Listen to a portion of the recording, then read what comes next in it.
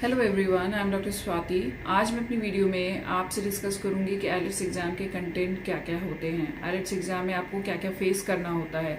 IELTS का exam 2 दिन में होता है। जो फर्स्ट डे होता है वो स्पीकिंग टेस्ट होता है। स्पीकिंग टेस्ट में एक कन्वर्सेशन होता है और उस पर आपको मार्क्स दिए जाते हैं। स्पीकिंग टेस्ट में आपकी फ्लुएंसी, आपकी वोकैबुलरी और आपकी ग्रामर, ये सब कुछ टेस्ट होता है और आपको 9 में से स्कोर दिया जाता है।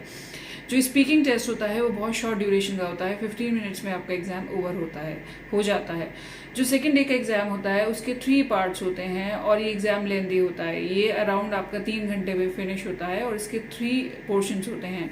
जो पहला पार्ट होता है वो लिसनिंग होता है। जैसे कि आप समझ सकते हैं कि आपको हेडफोन्स दिए जाते हैं और कुछ ऑडियोज चलाई जाती हैं। उन ऑडियोज पे बेस्ड कुछ क्वेश्चंस होते हैं और आपको वो फिल करने होते हैं। लिसनिंग एग्जाम में ये डिफिकल्टी आती है कि जो एक्सेंट होता है, जो ऑडियोज होती हैं, उनका जो एक्सेंट होता है वो फॉरेनर्स वाला होता है। हमें जनरली उसकी आदत नहीं होती। वी बीइंग इंडियन हम वो कम सुनते हैं तो हमें समझने में थोड़ी परेशानी होती है।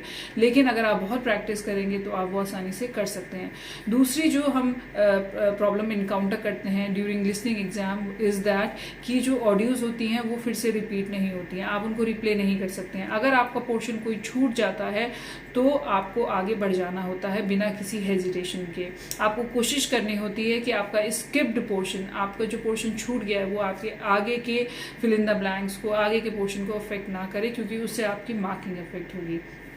लिसनिंग एग्जाम जो होता है वो 40 मिनट्स का होता है और 40 मिनट्स के बाद आपको 2 मिनट्स दिए जाते हैं, लेकिन ऑडियोज रिप्ले नहीं होती है। जो सेकेंड पार्ट होता है वो होता है रीडिंग पार्ट। जैसे कि आप समझ सकते हैं रीडिंग, जिसमें आपको कुछ पैसेजेस दे दिए जाते हैं और उन पैसेजेस पे बेस्ड कुछ क्वेश्चंस होते हैं। ये मल्टीपल चॉइस क्वेश्चंस होते हैं, फिल इन द ब्लैंक्स होते हैं और कंप्लीट द पैसेज होते हैं। इस तरह के क्वेश्चन होते हैं, ये आपको पूरे करने होते हैं। जो पैसेजेस होते हैं उनकी डिफिकल्टी लेवल जैसे जैसे आप आगे बढ़ते हैं वो डिफिकल्ट होते चले जाते हैं। जो इनिशियल पैसेज होते हैं, जो शुरू के पैसेज होते हैं वो थोड़े इजी होते हैं। इसमें जो मार्किंग होती है वो आपको 40 में से स्कोर मिलता है। सब में आपको 40 में से अराउंड 40 क्वेश्चंस होते हैं, उसमें से आपको स्कोर मिलता है और ये 60 मिनट्स का होता है पार्ट जो होता है।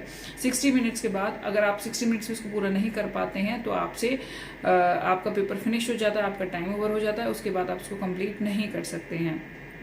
जो थर्ड पार्ट होता है वो होता है writing part.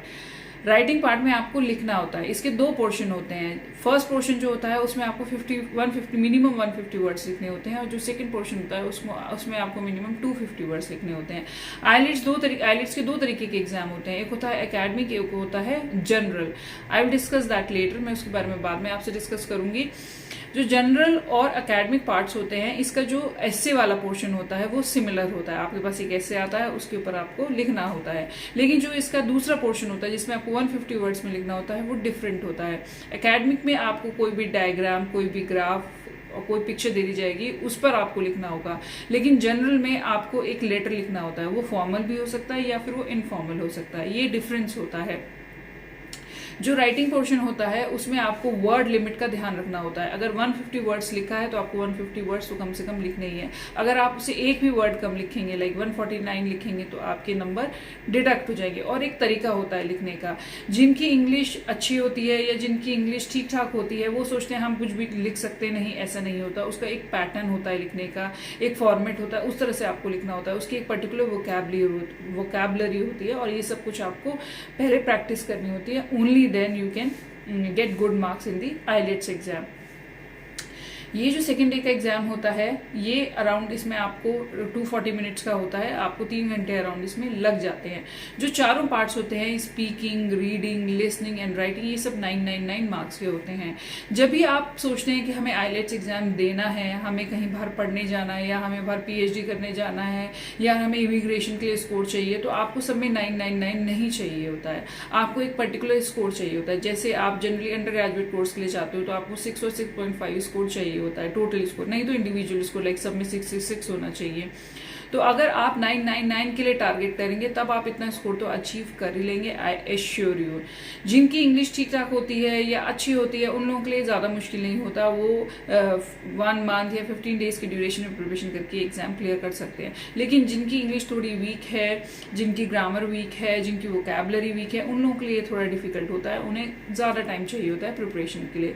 But nothing is impossible. Hard work is the key to success and determination to.